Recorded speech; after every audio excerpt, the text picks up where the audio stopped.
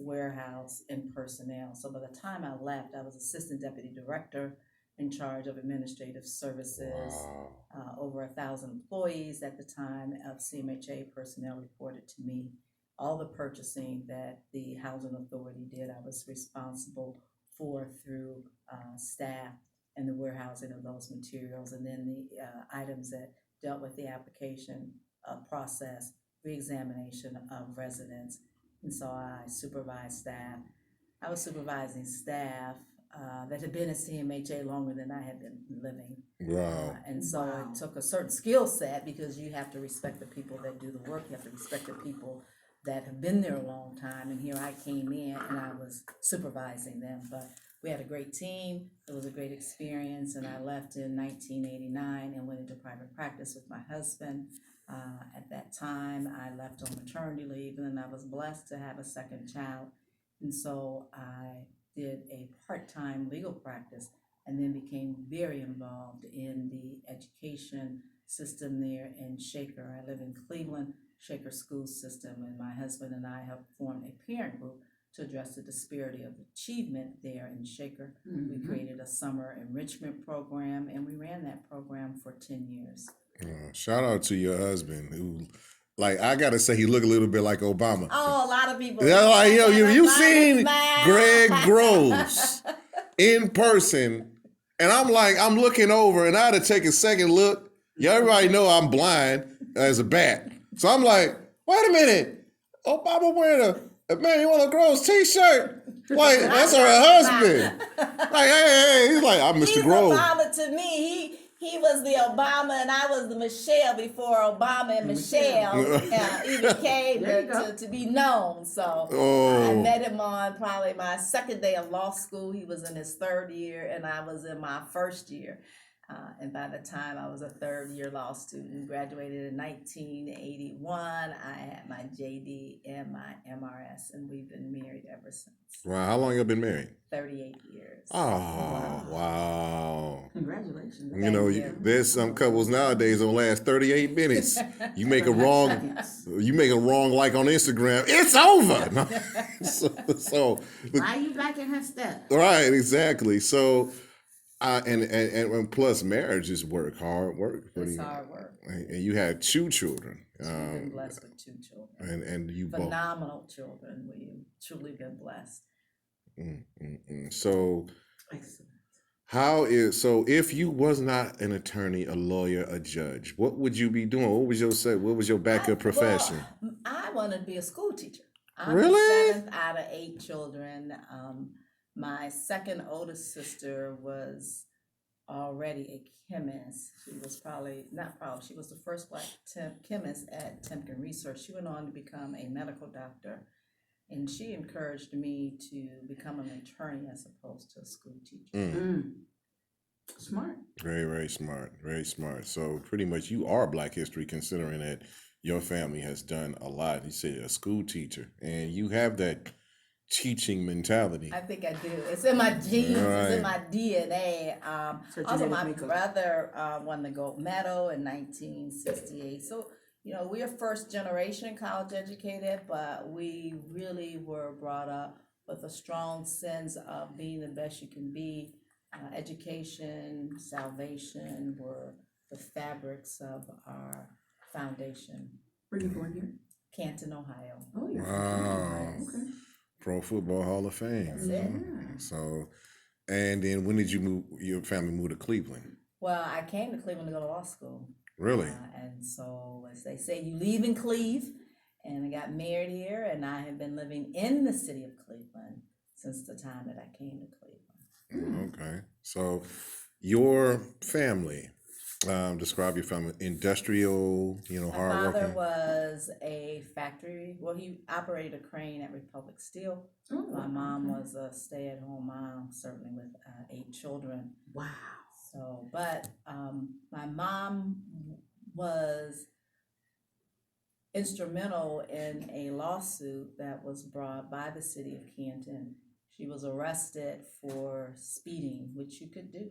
And the police officers, as opposed to putting her in a police car in front of my sister, at that time was 15 years old. They put her in a paddy wagon. So What? 4 police cars they waited till the paddy wagon came to put my mom, who was 5 feet tall, in that paddy wagon. And by the time she got to the police station, she was very traumatized by that experience. And my brother, who had won the gold medal, came, saw her on the floor of the jail cell, asked for medical attention, and the police officer told him to use the payphone. Our Wow. family sued. By that time, by the time the case actually went to trial, I was an attorney. So I was able to ask that officer why he left my mom on the floor, and his response was she kept falling out the chair. We sued the city of Canton. It was a $200,000 judgment, which was pretty significant back Right. in Back 1985. 1985, that was a The lot. city sued. The case went all the way up to the United States Supreme Court. It is used to train police officers, but the standard of deliberate indifference is when there is liability for the city. By the time the case was remanded back to have a second trial, my mom was diagnosed with ovarian cancer. Wow. We did not try the case again. But when you talk about leaving a legacy, she has left a legacy. When I have gone and talked about her case, police officers have indicated that they are very familiar with the case because it is used to train police officers. Right. We do have a phone call. We have a phone call, E? Yeah. All right. Caller, are you there? Just wanted to, hello? Hello. Hi, who is this? Hi, my name's Lisa. Hi, How are Lisa. you? Hi, how are you, Lisa? I'm great. I had a question for Ms. Grove, Yes. if possible. I wanted to speak in reference to men who have recently or in the past had their license revoked for child support delinquency. How do you feel, in reference to that being I guess my concern is they have no license. How can they get to work? I do understand that they can take the bus, things of that nature, but don't you feel that that's kind of a hinder for those who can't get to work? Absolutely. It's one of those collateral sanctions. There are hundreds of collateral sanctions when a person is convicted. So often they have to realize, or when they commit certain violations of the law. And I guess the legislature, in their wisdom, felt that that would be a deterrent. But it certainly is a hindrance because it makes it very difficult to go to work and you're suspended because you did not pay child support. And it is a hindrance. There are efforts that are underway to allow for that suspension to be removed if a certain amount of money is paid, and also to allow them to get back to work with their license being valid. But it is certainly one of those collateral sanctions that is included by our legislature, but it does create a problem. And with that suspension, there's also a fee that's associated through the Bureau of Motor Vehicles. So with that fee that's associated, that's another collateral sanction that a person has to go through. And again, as I stated earlier, a lot of what I see is a result of poverty, and that would be another example. Okay, thank you. You're welcome. Thank you very much. And do win the call anytime, Lisa. Thank you very much for calling in the Headlines Headaches.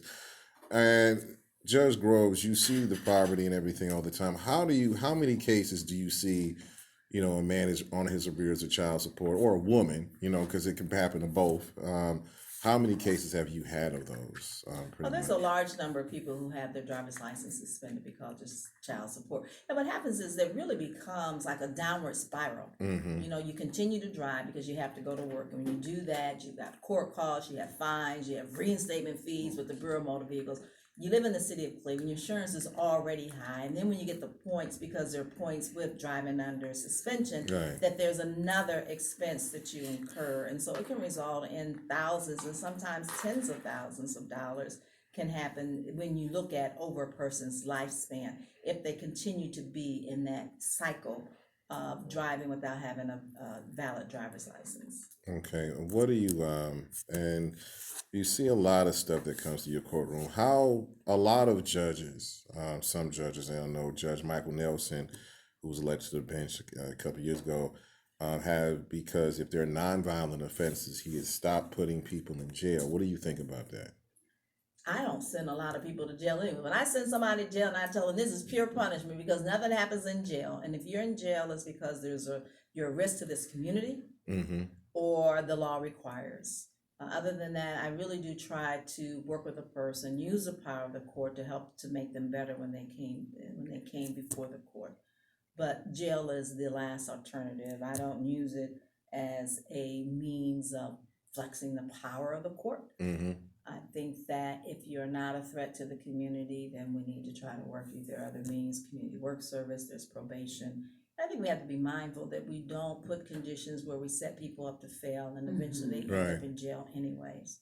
Right. So what about the fentanyl, the drugs? I have my mom. Shout out to Anita France, who works at Community Assessment, who works at CATS. What about drug cases that you see? People who are addicted to drugs. What do you try to do for them? Rehab, anything?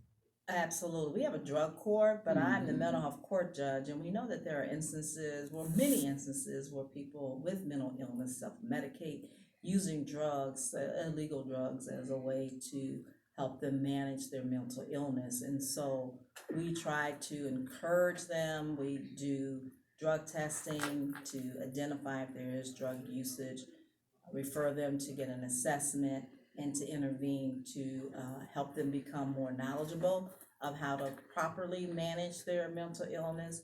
I have received recognition from the Adams Board, which does the funding for mental health and drug addiction programs. The National Alliance of Mental Illness has awarded me for the manner in which I have taken that docket and transformed it to really focus on the mental illness part as opposed to on the criminal part. My dockets are held at 55th and Woodland at the Stokes Mall as opposed to in the Justice Center because of the frequency that a person is required to come to court.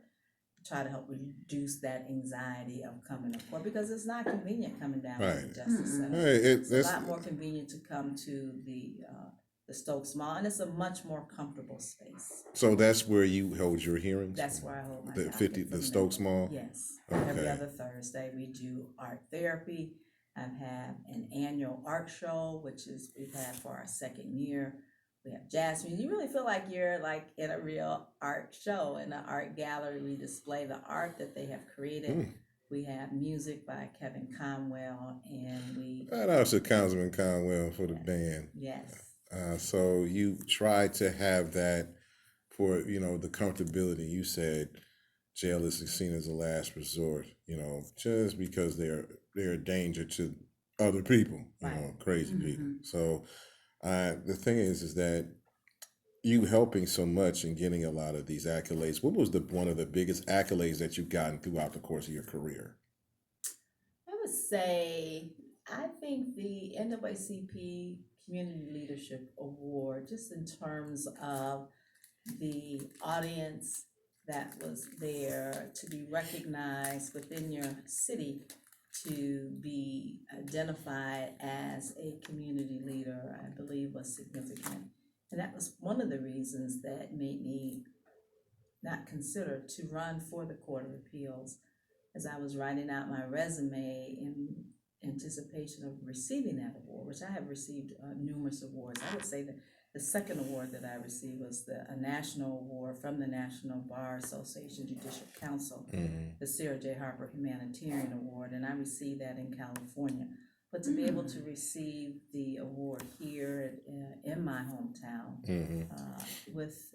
at the Freedom Fund dinner, and also my husband and I back in the late 80s, we were on the executive committee of the NAACP. So to be able to be recognized by your community, I think was quite significant. So how long have you been a member of the NAACP, and how important is it for any young person, especially who's in the profession of law, to be a part of the NAACP? I think it's very important. I need to probably, years go by and I need to do the membership, but I believe that I'm doing the work of the NAACP on a daily basis by ensuring rights are being protected of the people that come before me. But I think it's important to recognize that we are still living in a day and age where we need to ensure that people are treated without discrimination and that people are treated fairly. I think it's more so now than in the actual civil rights movement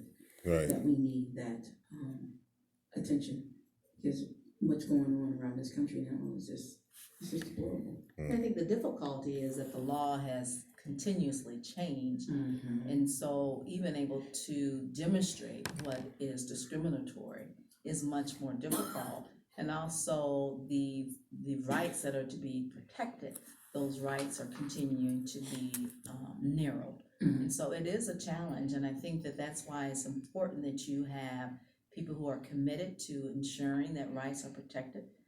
I just did a presentation at the VA on the importance of voting. And we know Very that much. the power of the vote is significant, and it has been attempts to eliminate or make it difficult to vote since the existence here with the Constitution of the United States. There was a time that African Americans could not vote. With the 15th Amendment, we were given the right to vote, and now there have been many measures undertaken to take that right away. Gerrymandering, other places. Felony records. Trump administration, just ID. Purging of Purging. voters. Right, Even voted in the last 4 years, they've even purged. right, So people remember that. right. I think just if you look at the Florida, both the Florida gubernatorial and the Georgia gubernatorial races, certainly that the votes of individuals who could have voted would have made a huge difference in the outcome. For example, in Florida, Gilliam lost by just 33,000 votes. The Floridians passed a law that would allow felons to vote, Right. which would result in over 1 million votes. So just think if those 1 million people were able to vote, that would have been a different outcome. Very much, very different.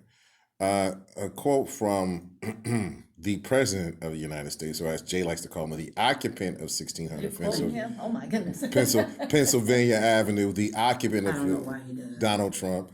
I don't give him energy. So the thing about it is like the reason I asked you this because he made a tweet or whatever saying that he wants to remove all judges. What is your response to that?